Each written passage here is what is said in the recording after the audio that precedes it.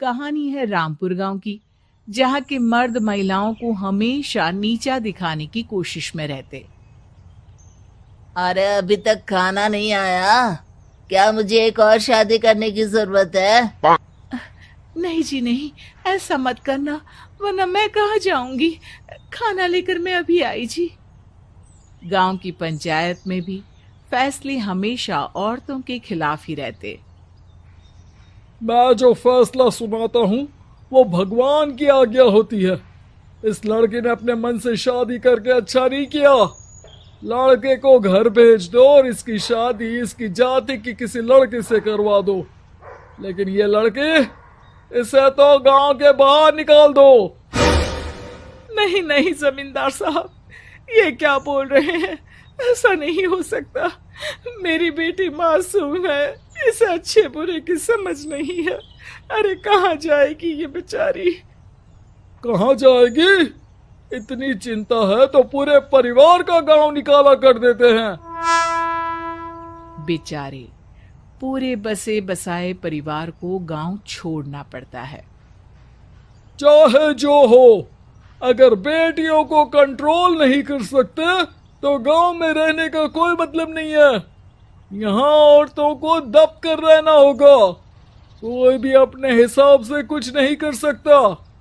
सब ईश्वर की मर्जी से ही होगा। तभी गांव का एक आदमी दौड़ा दौड़ा आता है। सरपंच साहब, जमींदार साहब, वो कालिया है ना, उसकी बेटी पढ़ने के लिए शहर जा रही है। अच्छा, ये कब हो गया? और कालिया की हिम्मत कैसे हो गई ऐसा करने की? लेकर आओ उसे और उसकी बेटी को।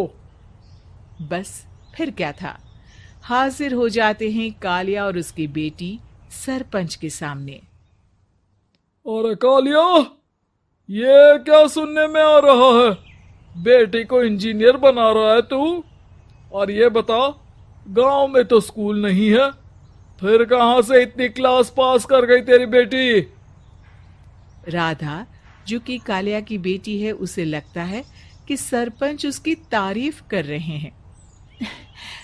सरपंच जी, मैंने ऑनलाइन पढ़ाई की है, डिस्टेंस लर्निंग से। सभी में मैंने अच्छे नंबर पाए हैं, जिसे देखते हुए शहर की इंजीनियरिंग कॉलेज में मुझे स्कॉलरशिप मिली है। वाह जी वाह, क्या होती है ये? पहले तो ये बताओ, फिर आगे की बात करते हैं। पूरा गांव राधा की बात सुन रहा था और राधा बोलती जा रही थी। तो ऐसे मैं फ्री में एक अच्छी शिक्षा लेकर गांव में जो कुछ परेशानियां हैं, जैसे बिजली, पानी और इंटरनेट जैसी समस्याओं के लिए काम करूंगी। मैं गांव को शहर से जोड़ने के लिए पुल का निर्माण करवाने का प्रस्ताव रखूंगी। मुझे पूरी उम्मीद है कि जल्द ही हमारा गांव भी तरक्की की राह पर चल पड़ेगा।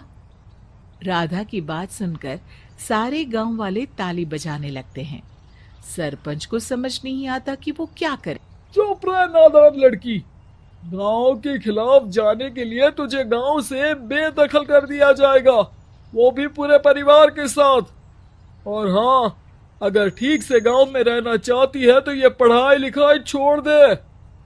हम तेरे लिए गांव का कोई होनहार लड़का देखेंगे। तभी गांव का एक आदमी बोल पड़ता है। अरे नहीं नहीं सरपंच जी, राधा बिटिया जो बता रही है, अगर वैसा हो जाए तो हम लोगों को पैसा कमाने के लिए बाहर नहीं जाना पड़ेगा। हाँ जी, और ना ही कोसों दूर पानी के लिए भटकना पड़ेगा। हमारे बच्चे भी अच्छी पढ़ाई कर सकेंगे और आगे बढ़ेंगे, ना कि हमारी तरह खेती करते बैठेंगे। क्यों गांव वालों, राधा बिटिया का साथ देना चाहिए ना। सरपंच देखता है कि गांव राधा के साथ है तो वो चुप हो जाता है। वो घर आकर अपने सलाहकार से बात करता है, जो बहुत ही चालाक किस्म का इंसान होता है। अरे सरपंच साहब, आपको बहुत ही होशियारी से काम लेना पड़ेगा। एक बार गांव तरक्की कर गया, यहाँ के बालक पढ़ लिए तो कोई ना पूछेगा आपको। और फिर ये जो बेटा और बेटी है ना आपके, इनको भी आम लोगों की तरह ही जीवन जीना होगा। हाँ, लेकिन करे तो क्या करे? वो ना आप मुझ पर छोड़ दीजिए, बस मैं जैसा बोलूं करते जाइए। अगले रोज सुबह जब गांव वाले सोकर उठते हैं तो राधा के घर के बाहर और साथ ही वो लोग जिन्होंने राधा का सपोर्ट किया था, उनके घर के आगे लाल रंग से कल आऊंगी लिखा होता है।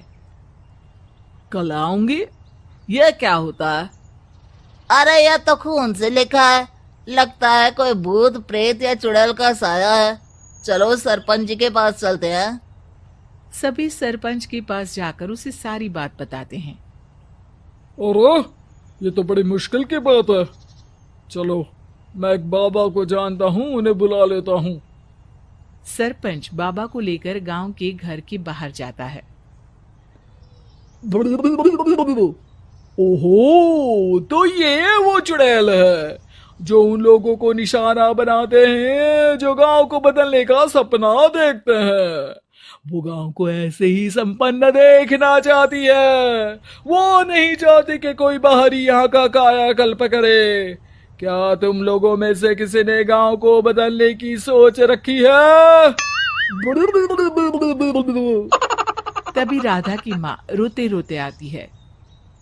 मेरी राधा घर से गायब हो गई है। अरे कोई तो बचाओ, मेरी बच्ची कहाँ गई?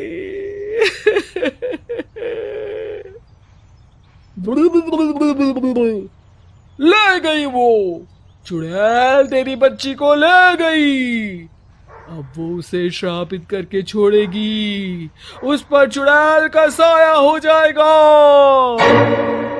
तभी बुरी सी हालत में राधा भी वहां आ जाती है।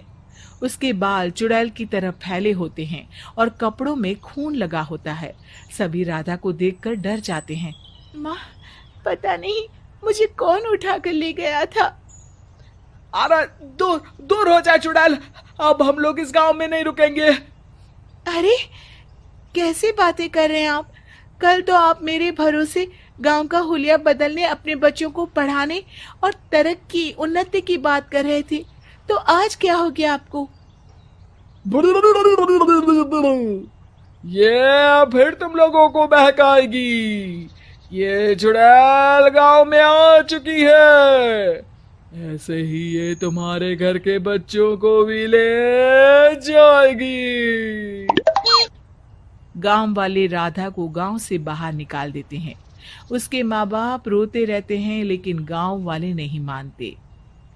मैं भी अपनी बहन के साथ गांव के बाहर रहूंगा, लेकिन वो पढ़ाई नहीं छोड़ेगी। वहीं सरपंच के घर पर सलाहकार कहता है। देखा, सांप भी मर गया और लाठी भी नहीं टूटी। लेकिन अगले ही दिन सरपंच के घर के बाहर भी वही शब्द लिखे होते हैं और फिर सरपंच की बीवी कहती है, हमारी बेटी को किसी ने अगवा कर लिया है। तभी राधा का भाई वहां आ जाता है। अरे गांव वालों, मैंने सरपंच जी की बेटी को देखा था। वो चुड़ैल उसे उठाकर ले जा रही थी। अरे क्या मजाक कर रहे हो? नहीं नहीं सरपंच जी, आप नहीं जानते। वो चुड़ैल अब आपकी बेटी में आ जाएगी, जैसे राधा के अंदर आ गई थी। तभी सरपंच की बेटी वैसी ही हालत में वहां आती है जैसे राधा आई थी। पापा, पता नहीं कैसे मैं गायब हो गई थी। चुड़ैल, इसके अंदर भी चुड़ैल का साया है, मारो इसे। अरे नहीं नहीं, इसे भी राधा के पास गांव के बाहर ही भेज दो। अरे चुप रहो, मेरी बेटी कहीं नहीं जाएगी और चुड़ैल वुड़ैल कुछ नहीं होता है। अरे कैसे बात कर रहे हो सरपंच जी? आप तो बोल रहे थे कि आपका फैसला भगवान का ज्ञान होता है, तो अपने पर बात आई तो अब आप ऐसे बोल रहे हैं। अरे ना ना ना, आपको अपनी बेटी को त्यागना ही होगा। अरे बुलाओ बाबा को। राधा का भाई बाबा को ले आता है, जिसे अब गांव वालों के डर के कारण सच बोलना पड़ता है। मैं कोई बाबा नहीं हूँ, मैं तो मोची था। ये सलाहकार महोदय ने मुझे कहा था एक्टिंग करने को। अब वो मुझे पैसे देने वाले हैं। अब मुझे माफ कर दो। गलती हो गई, मुझे माफ कर दो। तभी वहां राधा आ जाती है। देखा सरपंच जी, जब गांव के बच्चे साक्षर होंगे तो आप जैसे लोगों की चालाकी नहीं चलेगी।